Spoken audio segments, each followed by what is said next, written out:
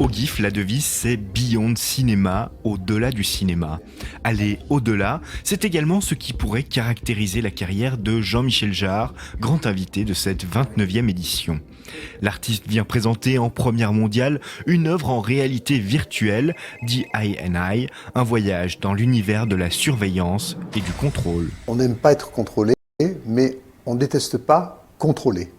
Le père par rapport à ses enfants, le patron avec ses employés, le rapport à la religion, l'œil qu'on retrouve sur le dollar omniprésent. Donc il y a ce rapport entre le regard et le contrôle et l'être humain qu'on a voulu couvrir et exprimer justement par rapport aussi à une technologie, la VR, où en fait à travers des lunettes de VR, on observe aussi le monde et on contrôle d'une certaine manière on est en contrôle du monde qu'on est en train de fabriquer et d'inventer. La VR ou réalité virtuelle, une technologie qui permet de nouvelles formes de narration immersive au croisement du film et du jeu vidéo.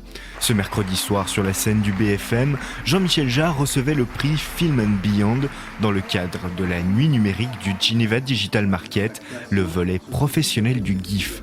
Durant son discours, l'artiste est revenu sur ce qui fait de la VR un outil incontournable de la création audiovisuelle contemporaine.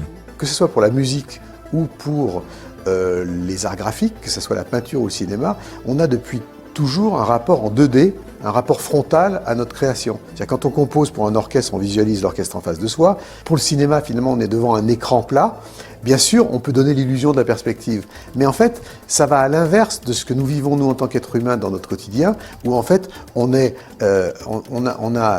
son est à 360 degrés autour de soi, et on est immergé dans le réel. Un réel avec lequel il faut jongler dès la création musicale.